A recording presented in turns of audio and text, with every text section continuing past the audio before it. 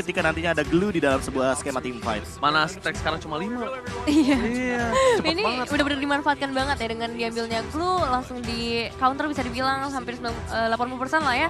Dan aku penasaran nanti untuk gold lane-nya karena bisa dibilang banyak banget nih gold lane yang udah di-ban. Tersisa clean mungkin. Oke, Fredrin terlebih dahulu yang diamankan mungkin di area jungle.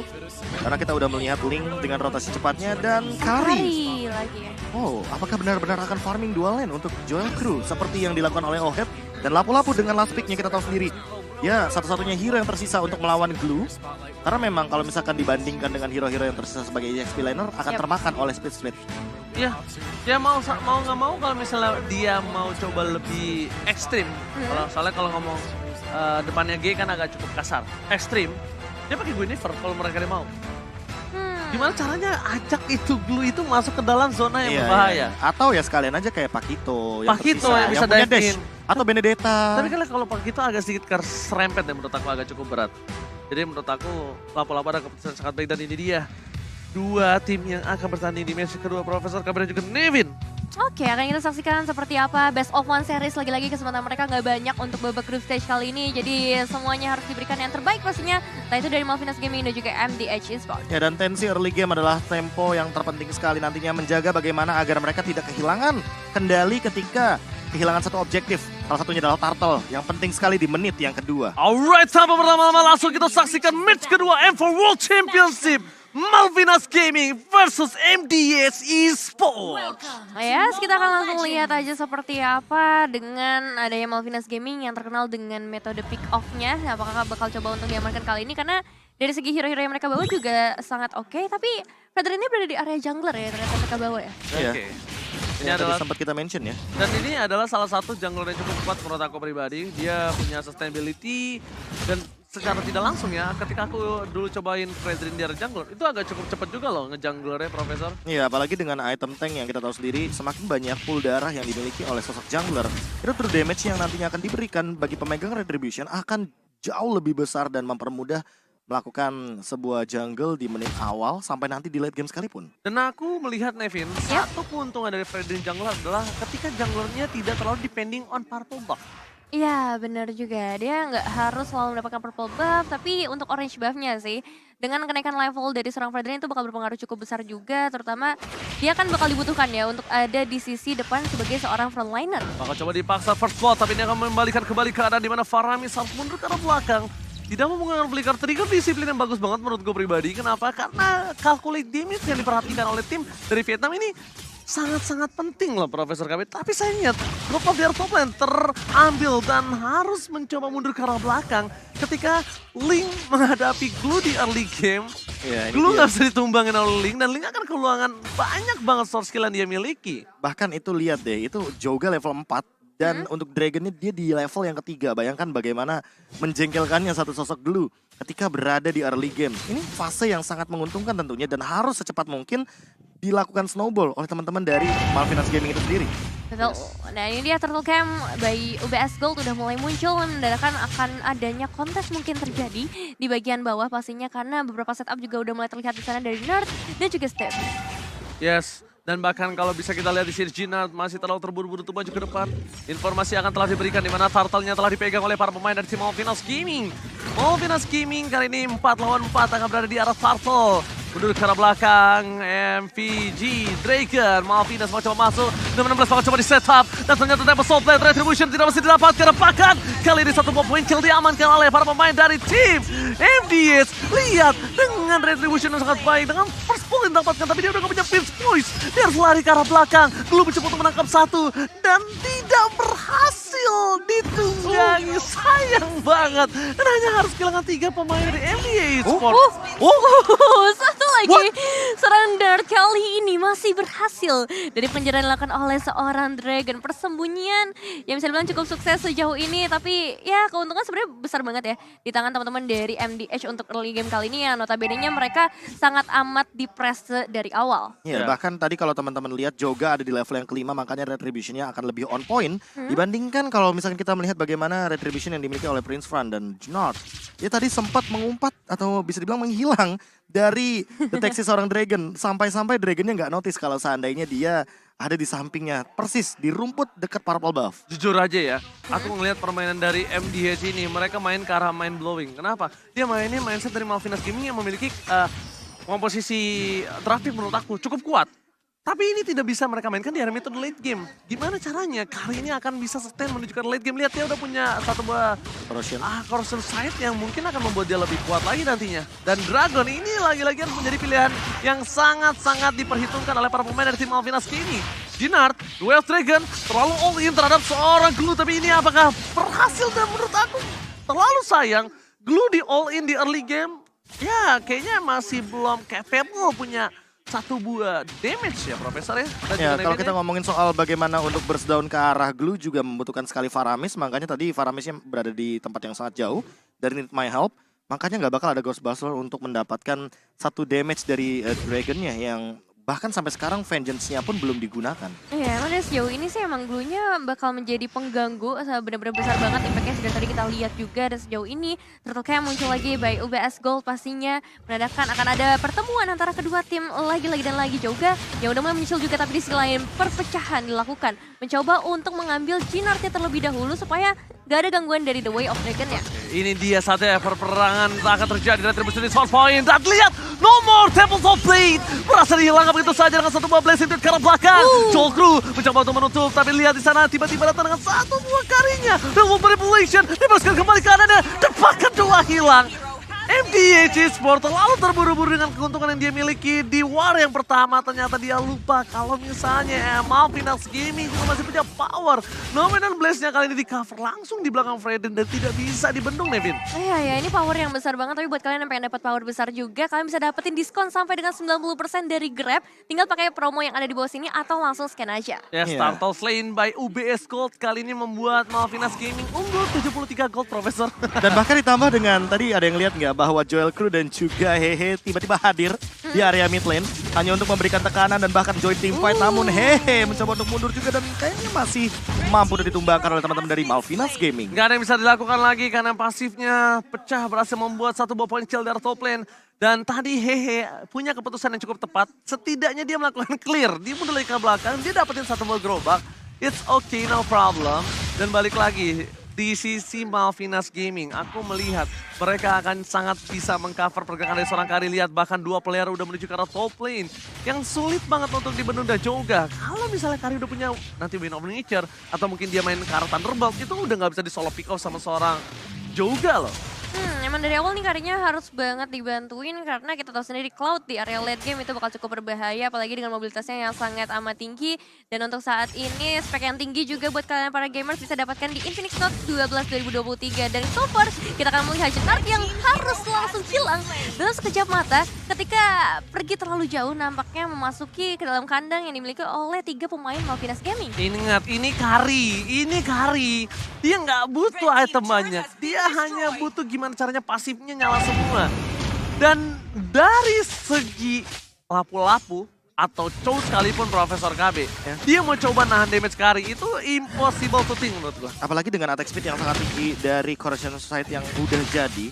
Mungkin item keduanya juga akan menuju kepada Demon Hunter Sword agar nantinya Jinard dan juga bagaimana The King ini tidak bisa lagi membendung damage yang begitu tinggi. Ya, mereka keuntungan yang dimiliki dari tim MDH kali ini udah dibalikan kembali oleh tim Malvinas Gaming. Dragon, kita tahu yang dari tadi memiliki keuntungan dia harus depan dan dia untuk di pick off butuh banyak banget soft skill.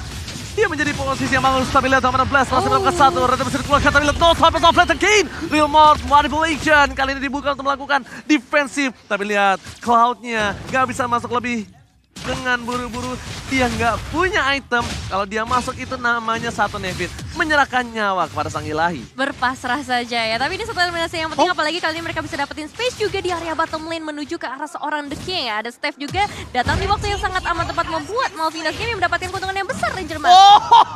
One last hit! Dan lihat, satu wave still survive di bottom lane dan bahkan para pemain dari tim MDH mereka gagal mendapatkan seorang Harley. Cuma butuh satu poin atau bahkan one last hit yang nggak berarti didapatkan. Tidak ada pertukaran di arah bottom lane. King harus ditumbangkan. Dan sayang seribu sayang, karena menurut aku pribadi, Eve ini adalah menjadi salah satu orang yang bisa melindungi Malvinas Gaming ketika tim fight nanti, Profesor dan juga Nevin. Iya, apalagi kalau misalkan kita melihat dari tadi ya, posisi dari seorang Harley benar-benar berada di belakang sekali. Walaupun sempat di zone out sama Gnar, tapi follow up damage-nya Joga ini belum cukup untuk menumbangkan ke arah Harley yang kita tahu sendiri. Real World Manipulation itu memiliki shield absorb, jadi dia akan lebih lama lagi ketika mengeluarkan ultimate di waktu yang bersamaan bisa ofensif dan bisa defensif. Oh, lihat The King mencoba untuk ke arah belakang. Duel Dragon terhadap seorang Lolita mencoba di follow begitu saja. Episode B dapat satu point kill. Real World Manipulation dapat bottom lane. Dan Faramis still survive. Dan ini dia membalikan kembali kanan yang dimiliki oleh seorang Faramis yang dimana Faramis menyelamatkan hari dari MDS Esports. Kalau tidak ada Faramis itu pasti instan point kill yang didapatkan oleh tim Malvinas Gaming, Nevin. Iya, sebenarnya udah banyak banget damage yang bisa dikeluarkan oleh Malvinas Gaming, tapi ketika ada Faramis di sana, nyawanya dikali 2, itu ngebuat dari MDS bisa bertahan dengan HP yang benar-benar masih prima banget sejauh ini. Langsung kabur semuanya. Curang. Langsung kabur semuanya. Stacknya full langsung kabur. Bener banget, stacknya full kabur daripada nanti kena grab-grab ya. Ya, split, grab. Dan kalau bisa kita lihat, ini mereka mencoba mengarah ke arah satu buah wall. Tapi lihat Wave Dragon telah dikeluarkan. Prince Farm harus mundur kali ini karena tidak boleh terlalu nafsu. Tapi lihat yang dilakukan terhadap para pemain dari tim MDS. Ada pecah 2 team fight yang terjadi dan bahkan mereka hanya bisa menukar 1 untuk 1. Ternyata 1 untuk 1 pun tidak. Dan ini keuntungan yang sangat jelas di tangan dari Malvinas Gaming selama mereka masih bisa bermain dengan tempo yang standar. Retribution telah didapatkan. Free Retribution. Free Lord for Malvinas Gaming. Iya, dengan terpecahnya tadi 2 fight yang ada, itu juga ngebuat Dragonnya bisa lebih enak buat melakukan zoning out, membuat dari MDH juga nggak bisa berbuat banyak, tapi mereka tetap harus melakukan trade sejauh ini, karena outer turret kemungkinan besar akan berhasil diruntuhkan, at least ada pertukaran ke bagian bottom outer turret. Iya, konsep permainan dari Malvinas Gaming adalah bermain front to back, atau bermain mengincar dari depan menuju ke arah belakang. Sementara kebalikannya MDH Esports, mereka punya Hehe. Mereka punya Cloud yang artinya mereka bisa melakukan backstep dari belakang. Sayangnya, target utama dari Joel Crew sebagai carry yang harusnya tanker seperti Gnar atau bahkan The King malah jadi Cloud yang begitu tipis dan begitu squishy untuk ditumbangkan. Ya, dan diingat, carry tidak bisa ditutup dengan 1 buah Wind of Nature. Ingat itu. Gak peduli Wind of Nature, tapi lihat dari Vinard. Jangan terlalu depan, ingat karinya bakal menempel pergerakan dari seorang Harley. Bakal coba tifat kembali, The Whale Dragon telah dikeluarkan. Tidak bisa di-follow up, Jindan tangan tumbang. Dan bahkan kali siapa sudah dikeluarkan for defensive. Mundur ke arah belakang, Faramis still save the day untuk tim MDH Esports. Tapi bukan itu problem utamanya. Gimana caranya mereka bisa mempertahankan base mereka dari super minion yang bergerak di 3 lane yang berbeda bersama dengan 1 ward yang free di arah top lane. Iya, itu Cold Altar yang benar-benar on time banget, tapi ya benar masalah berikutnya yang paling besar adalah untuk mempertahankan base turret mereka yang tersisa karena Lordnya udah mulai masuk memberikan damage yang cukup besar juga, membuat The King harus berada di bagian terdepan kali ini, membuat satu benteng pertahanan yang begitu besar, tapi lihat damage dari seorang Karinya nggak bisa ditahankan Ranger Emas. Damage-nya gak bisa dibendung. Joel Crew, Profesor KB dan juga Nevin, aku udah bilang sebelumnya. Cho, Lapu-Lapu, mungkin ini 2 hero yang paling kuat di tangan dari MDH Esports itu gak bakal bisa bendung sama sekali dan itemnya. Silahkan Profesor. Udah mau menuju ke arah Golden Staff sepertinya. Udah ada Wind of Nature juga untuk menahan Blazing Duet dari Hehe. Karena kita tahu sendiri dari tadi permainan Hehe mengincar ke arah belakang. 2 target dia, Harley dan juga Joel Crew. Tapi untuk sekarang udah menemukan jawabannya. Stilagmite juga tetap ada di tangan dari Kari, seorang Joel Crew. Cuma yang paling nantinya akan menjadi malapetaka adalah ketika antara Steppy dan juga dari Dragon dan Prince Fan kalau misalkan dia sudah selesai dengan Blade Armor. Ini Hehe nggak bakal bisa punya target yang benar-benar optimal kalau mau main front to back. Karena itu Blade Armor akan sedikit menahan bagaimana pantulan damage fisikal yang dikeluarkan oleh Cloud. Oke, tapi kalau menurut aku pribadi Profesor KB ya, mereka punya charge gimana caranya Lapu-Lapu ini menuju ke arah Eve. Gimana caranya Lapu-Lapu ini bisa menunggangi seorang Eve. Tapi lihat, Flicker dikeluarkan, Duel Trigger, di follow up damage dengan Nominal Blast bersama Real World Manipulation, fokus ke arah belakang dan bahkan Blazing Duet. Kali ini nggak bisa berhasil melakukan impact yang cukup tinggi. Damage-nya tidak bisa masuk dengan maksimal. Dan bahkan mereka harus mundur ke arah belakang ketika Jinard instant point kill. Dan untungnya ditukar dengan Harley. All in terhadap Harley setidaknya menjadi poin yang cukup penting untuk para pemain dari tim MDH Esports. Iya sih, terlihat fokus utama mereka dari MDH terutama tadi menuju ke arah Eve-nya. Karena memang dari tadi kita ngelihat banyak banget pergerakan dari MDH yang harusnya bisa dilakukan. Itu dihalangin sama efek slow dari Eve-nya itu sendiri. Dan tercamp by UBS Gold sudah mulai terlihat kali ini untuk Lord-nya. Alright, Dragon bakal coba untuk melakukan rotasi ke arah bawah. Mencoba untuk membuka vision yang dimiliki dari tim Malvinas Gaming. Sedangkan Jolkru bersama dengan Prince Plane dia akan benar-benar cukup cepat untuk mendapatkan satu buah lot yang mungkin lotnya masih menit 12. Tidak terlalu kuat untuk ditumbangkan. Dan lihat Joga ini menjadi salah satu orang yang bisa melakukan adu retribution contest. Oh, Cloud-nya tiba-tiba terpick off. Tidak terlihat di dalam kamera. Tiba-tiba di arah mid lane dia terpick off begitu saja. Team fight akan coba terjadi. Dragon membuka begitu saja. Tapi para pemain dari tim Malvinas Gaming mereka ingin lebih fokus untuk mendapatkan Lord-nya. Memastikan kemenangan untuk tim mereka. Karena base-nya udah tidak punya pasif lagi. Tapi itu yang aku sempat sounding oleh seorang Nevin. Fredrin punya keuntungan. Tidak depending on purple buff. Ini ngebuat dia punya power yang besar banget, sustainnya juga tinggi, tambah lagi ada sosok Dragon yang selalu siap juga di area terdepan. Meskipun kalau kita ngeliat dari line-up emang ini banyak banget counter yang menuju ke arah Blue. Cuma dengan efek goldnya yang berbeda cukup jauh, ini nggak jadi masalah besar untuk Blue-nya sejauh ini. Iya, nggak terlalu meng-counter, apalagi ketika Dragonnya sudah selesai dengan Arena Shield. Jadi kayaknya Need My Help bukan menjadi sebuah ancaman tentunya bagi Glue. Namun di bahaya bottom lane, The King sudah mengeluarkan ultimate-nya. Dia lepas dari satu buah formasi Paramis yang telah menyelamatkan dirinya dari World Manipulation. Di arah bottom lane, mereka nggak bisa bertahan kembali. Joga untungnya telah menyelesaikan Lord di arah top lane. Keputusan yang tepat, 1 versus 1 dengan Lord. Karena setidaknya mereka tinggal mempertahankan dari Super Minion. Bukan mempertahankan dari Lord. Mereka tidak terpecah dalam 3 posisi yang berbeda. Dengan adanya seorang lapu-lapu tidak ada dan ditumbangkan oleh tim Malvinas Game. Ini menjadi keuntungan pribadi loh untuk seorang Harley. Tapi bukan jadi masalah besar juga sebenarnya untuk The King yang harus tumbang karena emang pertukarannya masih cukup worth it ya sedari tadi kita lihat. Dan kali ini Malvinas Gaming udah mulai mendekat dengan 1-16 yang lepasang di sana mencoba untuk mendapatkan eliminasi lagi Ranger Mas. Oh my god, Nominant Blast with Flicker berhasil mendapatkan 1 Paramis poin pentingnya. Jinar tidak bisa masuk lebih dalam lagi, dia bisa terlalu besar dari suara Kari.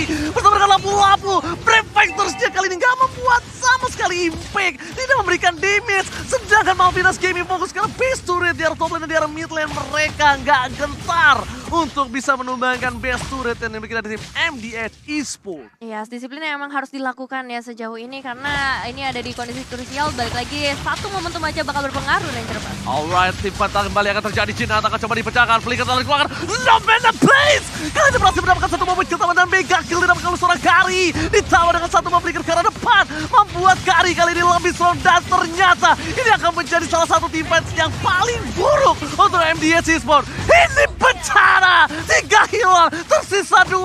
Apakah ini mendapatkan miniak untuk tim dari Malvinas Gaming? Oke, triple kill udah berhasil diamankan juga 2 pemain tersisa, tapi masih ada Tempest of Blade yang akan dibuka oleh seorang Joga terlebih dahulu. Namun fokus karena base-nya kali ini bakal menjadi kemenangan untuk Malvinas Gaming. Malvinas Gaming take the game! Menghancurkan rotasi, membuat permainan dan